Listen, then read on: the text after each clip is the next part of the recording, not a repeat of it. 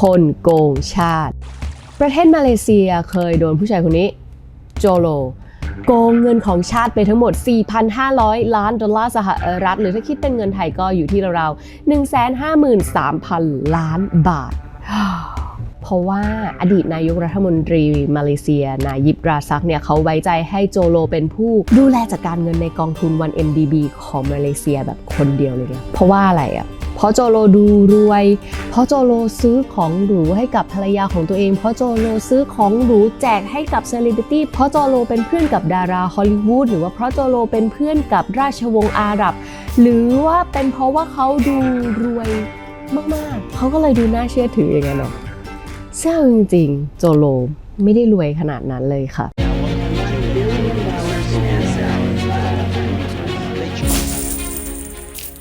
สนับสนุนข้อมูล How to รวยทิป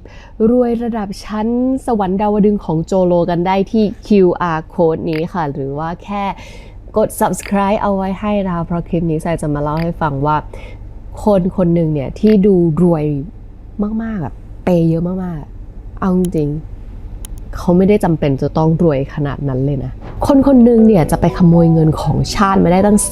4,500 ล้านดอลลาร์สหรัฐเขาต้องเป็นคนยังไงเกิดมาแบบไหนวะ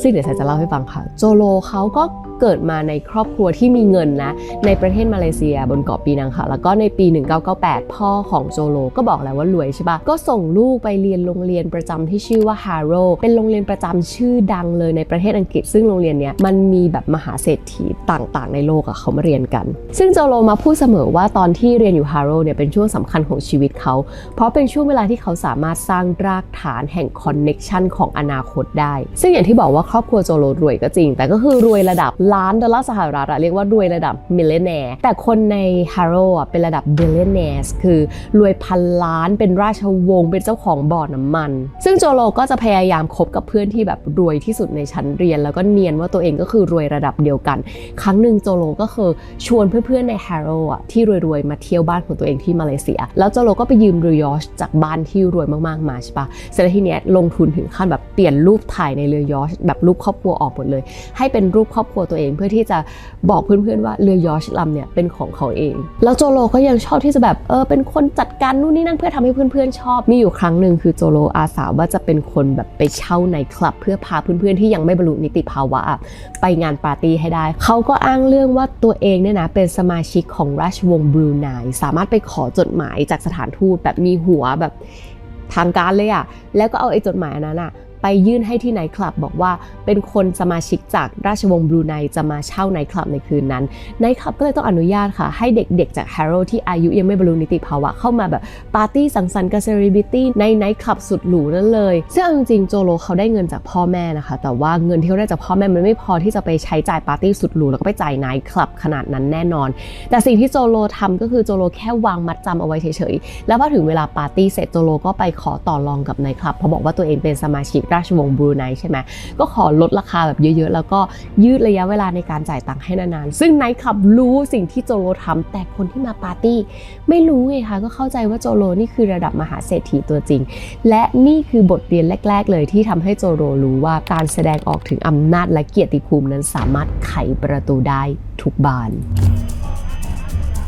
แล้วพอโจโลจบจาก Harrow ใช่ปะก็ไปต่อที่มหาวิทยาลัยวาตันแล้วเขาก็ไปรับหน้าที่เขียนหนังสือพิมพ์ให้กับมหาวิทยาลัยก็คือ Wharton Journal แต่สิ่งที่โจโลทำนะคะก็คือเขาไปลอกบทความจาก Wall Street มาแล้วก็ไม่ได้ให้เครดิตนะบอกทุกคนว่านี่คือบทความที่เขาเขียนเองเพื่อที่จะทำให้ทุกคนน่ะเข้าใจว่าเขาแบบมีความรู้ทางการเงินเป็นนักเลือกหุ้นแบบเยี่ยมเลยคือเขากำลังสร้างแบรนด์ให้ตัวเองดูแบบมีความสามารถทางด้านการเงินค่ะแล้วเขาก็ทำให้ตัวเองดูประสบความสำเร็จเพิ่มขึ้นโดยการไปเช่ารถหรูมาขับในมหาวิทยาลัยปล่อยข่าวลือออกไปนะคะว่าเขานี่แหละคือเจ้าชายของมาเลเซียแล้วก็จัดปาร์ตี้วันเกิดแบบสุดหรูใช้มุกเดิมเลยจัดปาร์ตี้สุดหรูเพื่อที่จะให้แบบสามารถเป็นเพื่อนกับนักเรียนที่แบบรวยที่สุดในมหาลัยได้และเชื่อไหมว่าการสร้างคอนเนคชันของเขาไม่ว่าจะเป็นการคบกับนักเรียนที่รวยมากๆคบกับคนที่มีอิทธิพลมากๆนี่คือคีย์สำคัญที่จะทำให้เขาประสบความสำเร็จในการช่อโกงที่ใหญ่ที่สุดครั้งหนึ่ง ในประวัติศาสตร์ได้สำเร็จเลยนะเพราะว่าสิ่งสำคัญสำหรับโจโลอ่ะการที่เขาจะสำเร็จอ่ะ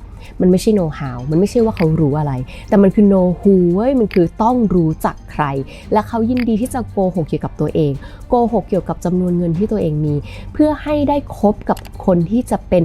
บันไดที่ถูกต้องนะที่จะพาเขาไปสู่เป้าหมายที่เขาต้องการให้ได้แล้วโจโลก็ได้เพื่อนนะคะเป็นชาวตะวันออกกลางที่ค่อนข้างรวยค่ะก็คือเป็นคอนเนคชั่นจากในมหาวิทยาลัยนั่นเองอะค่ะแล้วเขาก็เลยบอกให้เพื่อนคนนี้นะคะขอให้พาไปทัวร์ตะวันออกกลางหน่อยก็แน่นอนเพื่อนพาไปค่ะและในระหว่างที่โจโลออกทัวร์ตะวันออกกลางนะคะเขาก็ได้พบกับตระกูลที่รวยที่สุดในภูมิภาคหลายตระกูลเลยแล้วก็ได้พบกับเจ้าชายบางพระองค์ด้วยแล้วสิ่งที่โจโลสนใจเป็นพิเศษเลยในการพูดคุยกับคนเหล่านี้นะคะก็คือว่าระบบและใครคือคนควบคุมเงินของประเทศแล้วก็โปะเชเลยค่ะว่าโจโลได้รู้จักกับผู้บริหาร Sovereign Wealth Fund ของอาบูดาบีซึ่ง Sovereign Wealth Fund นะคะคือกองทุนเงินขนาดใหญ่ที่ควบคุมโดยรัฐบาลค่ะแล้ว Sovereign Wealth Fund ก็มักจะใช้กับประเทศที่พึ่งพาทรัพยากรเดียวเป็นหลักนะคะอย่างเช่นตะวันออกกลางอย่างอาบูดาบีพึ่งพาน้ำมันเป็นหลักใช่ไหมคะก็จะใช้ Sovereign Wealth Fund ในการเอาเงินที่ได้จากการค้าขายน้ำมันนะเอามาแล้ว Sovereign Wealth Fund ก็จะเอาไปกระจายลงทุนในสินทรัพย์อื่นๆซึ่งโจโลพบจุดอ่อนของเจ้า Sovereign Wealth Fund นะคะว่ามันเป็นกองทุนขนาดใหญ่มากมีเงินเยอะมากแล้วส่วนใหญ่ก็คือเป็นเงินสดด้วยแต่ไม่ค่อยมีใครเข้ามาควบคุมค่ะแล้วก็ไม่ได้โปร่งใสขนาดนั้นและท่าทางว่าโจโลจะได้ของที่ตัวเองต้องการมาครบแล้วนะคะพอกลับจากทัวร์ตะวันออกกลางทีนี้เขากลับมาเปิดบริษัทเลยค่ะชื่อบริษัทว่าวินตันกรุ๊ปซึ่งบริษัทนี้เป็นบริษัทที่ตั้งขึ้นมาเพื่อเป็นนายหน้าชวนนักลงทุนจากตะวันออกกลางนะคะมาลงทุนที่มาเลเซียค่ะแล้วก็ตั้งสำนักงานหรูหราเลยที่ตึกปีโตนัสทาวเวอร์แล้วก็แน่นอนไม่ได้เอาเงินมาสร้างแต่ว่าไปกู้เงินมาสร้างก็ไม่ได้ผิดนะแต่ว่าก็กู้เงินไงแล้วก็ตอนที่โจโลเรียนอยู่ฮาโร่เนี่ยเขามีเพื่อนสนิทคนหนึ่งชื่อว่าริซาอาซิสเป็นลูกของนาจีบราซักค่ะซึ่งนาจีบราซักเป็นรองนายกรัฐมนตรีอยู่ที่ประเทศมาเลเซียแล้วโจโลก็รู้ว่าประเทศมาเลเซียนะกำลังจะสร้าง Financial Hub และต้องการนักลงทุนค่ะแบบมาลงเงินเยอะๆเลยเขาก็เลยใช้บริษัทวินตันกรุ๊ปของเขาซึ่งเป็นบริษัทในหน้าไปหานักลงทุนจากตะวันออกกลางเพื่อที่จะมาลงทุน Financial Hub ของมาเลเซียแล้วก็ประสบความสำเร็จด้วยหานักลงทุนได้ค่ะแล้วโจโลฉลาดยกเครดิตในการที่หานักลงทุนมาลงที่มาเลเซียทั้งหมดนะคะให้กับนาจีบราซักซึ่งเป็นรองนายกรัฐมนตรีอยู่ในขณะนั้นค่ะทำให้นาจีบราซักได้คะแนนนิยมแบบเยอะมากๆเลยค่ะแล้วก็สามารถชนะการเลือกตั้งในปี 2009 ขึ้นมาเป็นนายกรัฐมนตรีของประเทศมาเลเซียได้เลยแล้วพอนาจีบราซักได้เป็นนายกรัฐมนตรีค่ะตอนนั้นเนี่ยโจโลอายุเพิ่งจะ27 ปีเองนะคะโจโลก็จีบครอบครัวของนาจีบต่อเลยค่ะโดยการที่ซื้อเครื่องประดับหรูๆแพงๆให้กับภรรยาของนาจีบนะคะแล้วก็จ่ายเงินค่าเรียนมหาวิทยาลัยให้กับลูกสาวของนาจีบแล้วก็ไปงานรับปริญญาของลูกสาวเขาด้วยค่ะแล้วพอโจโลได้ความไว้วางใจจากนาจีบราซักนะคะเขาก็ไม่รอช้าค่ะชวนให้นาจีบราซักซึ่งตอนนั้นเป็นนายกรัฐมนตรีแล้วนะคะสร้าง Sovereign Wealth Fund ของประเทศมาเลเซียเหมือนแบบตะวันออกกลางค่ะก็คือได้ออกมาเป็นชื่อ 1MDB นั่นเองซึ่ง 1MDB นะคะตอนที่เอามาขายกับประชาชนก็คือบอกว่าตั้งขึ้นมาเพื่อพัฒนาเศรษฐกิจของประเทศลงทุนด้านพลังงานสีเขียวและการท่องเที่ยวแล้วก็จะสร้างงานที่มีคุณภาพสูงให้กับประชาชนชาวมาเลเซียทุกคนและแน่นอนว่านาจีบราซักมีตำแหน่งเป็นประธานกองทุนส่วนโจโลนั้นเป็นแค่ที่ปรึกษากองทุนนะคะแต่ว่าเอาจริงๆโจโลเป็นคนควบคุมเงินทั้งหมดในกองทุน 1MDB นี้ค่ะและภายในไม่กี่เดือนค่ะโจโลก็ได้ข้อเสนอแรกในการที่จะให้ 1MDB ไปลงทุนโดยเขาได้ข้อเสนอนะคะในการจัดกิจการร่วมค้ากับบริษัทน้ำมันของตะวันออกกลางที่ชื่อว่าปิโตซาอุดิค่ะแผนคือ 1MDB จะลงทุน $1,000 ล้านสหรัฐในโครงการน้ำมันนี้ขีดเส้นใต้โครงการมูลค่า $1,000 ล้านสหรัฐนะแต่โจโลเป็นคนควบคุมเงินทั้งหมดใน 1MDB ใช่ป่ะโจโลก็เลยโอนเงิน$300 ล้านสหรัฐค่ะไปที่บริษัทปิโตซาอุดีและอีก$700 ล้านสหรัฐโอนไปยังบริษัทที่ชื่อว่า Good Star Limited จนกระทั่งตอนหลังจริงๆถึงจะมารู้ว่าไอ้ Good Star Limited เนี่ยเป็นบริษัท Shell Company ที่แปลว่าบริษัทที่มีแต่เปลือกเอาไว้รับเงินเฉยๆนะของโจโลแปลว่าโจโลโอนเงิน$700 ล้านสหรัฐเข้า Shell Company ที่ตัวเองเป็นเจ้าของคือเข้ากระเป๋าตัวเองแบบเน็ตเนาะเลยนะแล้วถามว่าเฮ้ยมันไม่มีใครกระโตกกระตากไม่มีใครเอะอะเลยเหรอว่าแบบเฮ้ยนี่ทำธุรกรรมอะไรกันวะ ไม่มีค่ะเพราะว่าโจโลเนี่ยโอนเงินให้ตัวเองไปแล้ว$700 ล้านใช่ไหมคะแปลว่าเขามีเงินมากพอที่จะทำให้ระดับเจ้าหน้าที่ทุกคนเงียบกริบค่ะแล้วพอโจโลได้เงิน$700 ล้านไปใช่ป่ะซึ่งเป็นเงินที่ขโมยมาเขาก็ใช้อย่างฟุ่มเฟือยมากๆเลยเว้ยใช้แบบอลังการที่สุดเท่าที่มนุษย์คนหนึ่งจะใช้จ่ายได้เพราะว่าปกติแล้วคนที่มันรวยคือรวยทรัพย์สินแต่โจโลคือรวยเงินสดรวย liquidity เลยเว้ยก็ไม่ว่าจะเป็นรถหรูเรือยอทเครื่องบินเจ็ตส่วนตัวคฤหาสน์ซื้อยันโรงแรมเลยนะหรือแม้กระทั่งมีข่าวว่าโจโลสามารถจะเล่นโป๊กเกอร์ในคาสิโนเสียแบบ$1 ล้านชิวๆ no สด no care ได้เลยแล้วโจโลก็คือยังได้แบบได้ควงกับดาราเซเลบริตี้ระดับฮอลลีวูดเขาได้ควงกับปาริสฮิลตันคือในดวงใจเขาเลยนะแล้วเขาได้เป็นเพื่อนกับลีโอนาร์โด ดิคาปริโอเขาเคยได้ปาร์ตี้กับบริตนีย์ สเปียร์มาหมดไซกังนัมสไตล์ก็เคยมาร้องเพลงให้เขาแล้วเขาก็ยังซื้อ Ferrari สีขาวให้กับคิมคาร์เดเชียนในวันแต่งงานด้วยนะและที่สำคัญเขายังได้เดทกับมิรันดาโคลนางฟ้าวิกตอเรียซีเคทเธอแล้วแกคนเรามันจะต้องรวยมากขนาดไหนถึงกับแบบว่าจัดปาร์ตี้บ้าคลั่งมากนะมีอยู่ปีหนึ่งโจโลบอกว่าอยากจะเค้าดาวน์2 ครั้งเว้ยเขาไปเค้าดาวน์ครั้งแรกที่ซิดนีย์ออสเตรเลียเสร็จแล้วก็นั่งเครื่องบินเจ็ตไปลงที่ลาสเวกัสเพื่อที่จะเค้าดาวน์อีกรอบหนึ่งแล้วพอยิ่งมีภาพเขาคู่กับคนดังกับคนมีอิทธิพลเยอะๆใช่ป่ะเขาก็ยิ่งดูน่าเชื่อถือยิ่งดูรวยเข้าไปอีกแต่ประเด็นมันอยู่ตรงนี้เงินที่โจโลเอาไป$700 ล้านไม่ได้เอาไปแค่ฟุ่มเฟือยปาร์ตี้สุรุ่ยสุร่ายของเขาเท่านั้นนะแต่มันถูกเอาไปเป็นทุนลับในการทำการเมืองของนาจีบ ราซักอดีตนายกรัฐมนตรีของมาเลเซียด้วยสิอุ๊ปส์ซึ่งเอาจริงๆโจโลเขาเคยพยายามจะทำธุรกิจให้ถูกกฎหมายด้วยนะคือมีอยู่ครั้งหนึ่งโจโลเนี่ยจะไปลงทุนในหนังฮอลลีวูดของเลโอนาร์โด ดิคาปริโอกับมาร์ติน สกอเรสคือพวกเขาสร้างเรื่อง The Wolf of Wall Street สร้างเสร็จเรียบร้อยแล้วด้วยแล้วก็มีเครดิตขอบคุณโจโลขึ้นในท้ายหนังด้วยแต่มันมีเรื่องนึงที่ทรายคิดว่ามันตลกคืออะไรรู้ไหม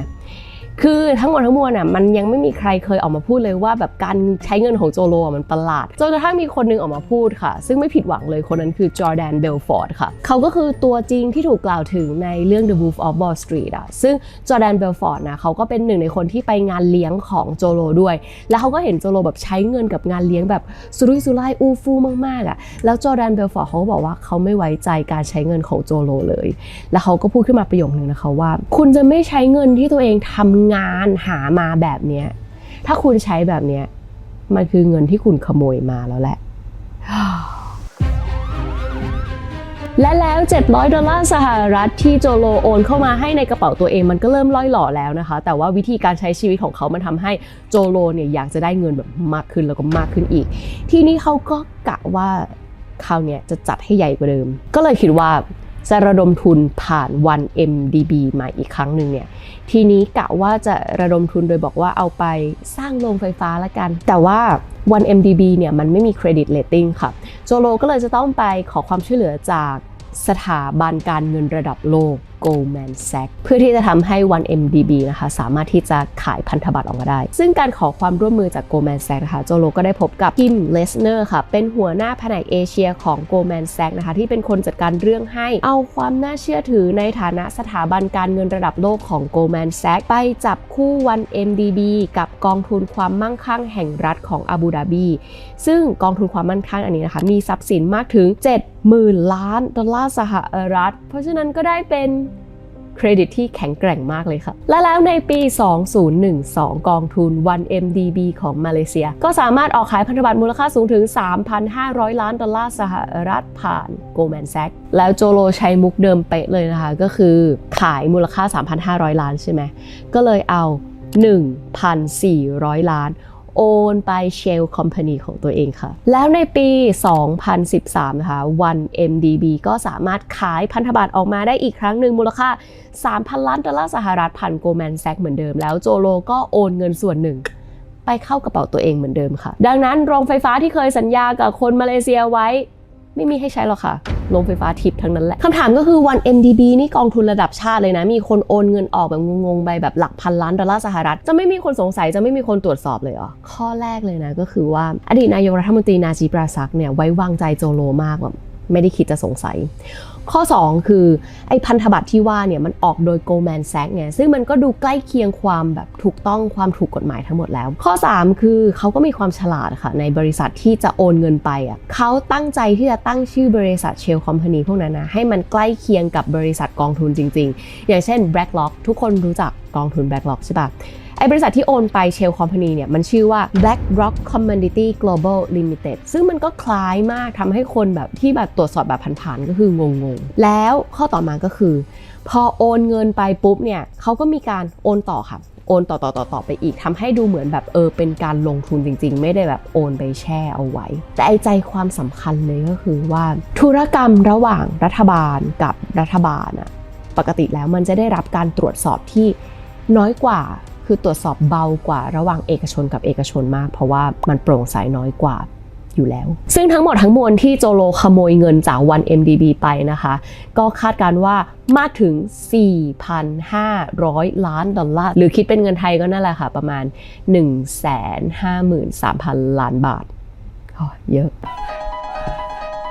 แต่ถึงแม้ว่าโจโลจะมีเงินเยอะแยะมากมายที่จะมาทำให้เจ้าหน้าที่ภาครัฐแบบเงียบกริบกันไปนะคะแต่